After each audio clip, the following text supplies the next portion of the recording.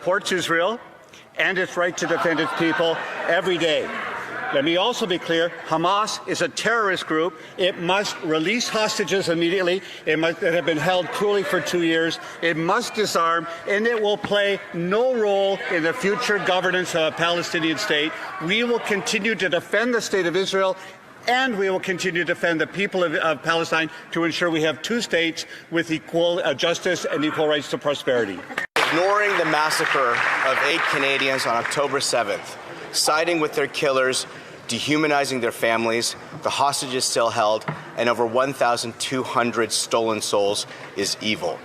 Granting a state to those who practice state terror as statecraft, who pay pensions for murdering Jews, is evil. Not requiring this state to even recognize Israel's right to exist is evil. None of their conditions were met. No election, no release of all hostages, no demilitarization of Hamas. Lying about these intentions is evil. Doing this on the eve of Rosh Hashanah, emboldening mobs and violence upon our Jewish communities, is evil. The fascism once buried in the last World War has risen again as modern terrorism. This isn't diplomacy, it's appeasement, it's betrayal. The Prime Minister has dispensed with human dignity and the rule of law. He's emboldened terror with the state. And, Mr. Speaker, it is evil. The honourable member. I'm here just to say a few things. The first is, Israel has the right to exist. The Jewish people, as indigenous to the land, who through the modern state of Israel tell the story of the most remarkable indigenous revival on planet Earth. And the world is long overdue in recognizing this Israeli legitimacy, this Zionism. Terror runs across the streets of this great country, this amazing, remarkable democracy. Its legitimacy, Mr. Speaker, is being challenged yet once again. Which brings me to my second point. Israel has the right and indeed the obligation to defend itself by itself. In 1948, the world's establishment had argued against its existence as less permanent than other nations. It is a logic that strays dangerously close to anti-Zionism and through it, actual anti-Semitism. Time and time again, Israel has proven them wrong.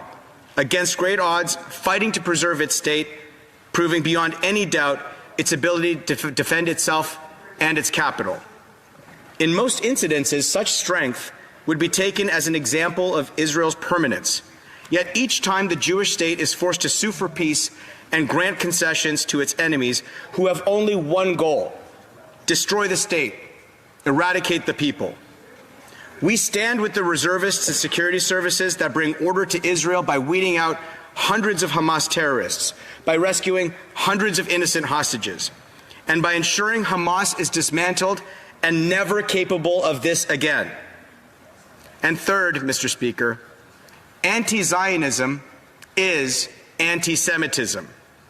At rallies sprouting up across our land, extremists celebrate rape, murder, and kidnapping by Hamas, calling for actual incitement of violence against our treasured Jewish communities. Extremists celebrating actual hate crimes and actual war crimes constitute an affront to the peace and freedom of all Canadians, especially our Jewish communities. For all the misery, murder, and chaos across Israel and Gaza, Hamas is responsible. There is no equivalence. Hamas is responsible for the deaths you see on the streets of Israel and for the loss of every innocent life to come. Gaza has not been occupied for more than 18 years. For 18 years, it has been part of a Hamas terror factory backed by a clerical military dictatorship in Iran, and it is time to dismantle all of it now.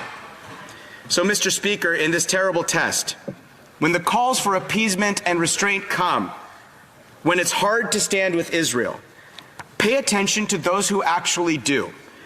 Because under attack by land, by sea, by air, and a firestorm of rockets, infiltrators kidnap and kill innocent civilians. There is no equivalence to be made. Hamas is responsible.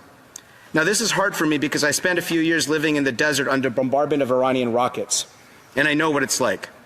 So in the hours and weeks, in the dark months ahead, in the trying times of our defining age, may the blessing of the memories of those who have been murdered over this last week of those who have been sent to gas chambers, of those who through the millennia have survived.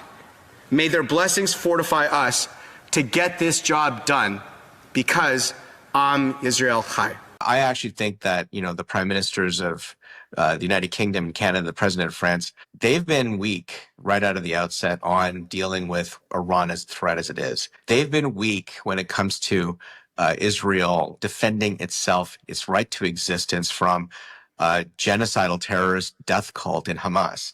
They've been weak time and again in staring our rivals in the eye for what they are. And my thesis is, I'm sure their intentions are well considered. They're trying to avert and call for calm. But that in itself, that weakness in itself will create an environment of increased escalation by our rivals and ultimately come to the detriment of all of us. So here's something of interest, Joseph, because what Israel has accomplished just in the last 2 years is beyond remarkable. Usually in this type of scenario, when Iran was attacked, you'd expect Hezbollah to launch a ground invasion, or the militia in Iraq that Iran installed to launch a ground invasion. But at the onset of this, in Lebanon and in Iraq, we have not seen that happen. In fact, Hezbollah has openly said, this is not our fight, we're not going to do anything. Right.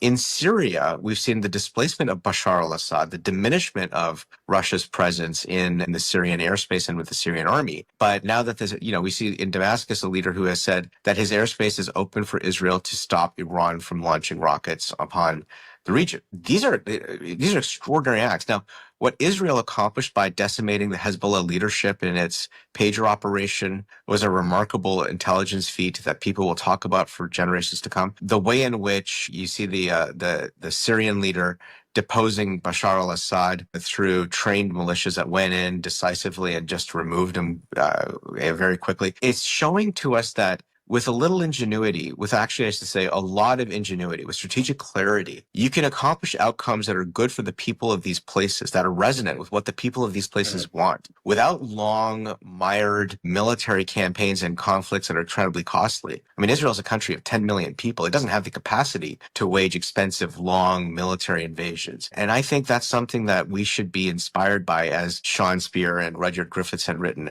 It's something that we should be inspired by when we think about modern wars and the kind of way in which we need to think about waging them so that we're not caught up in these protracted environments, but actually accomplish the outcomes that we're looking for. Well,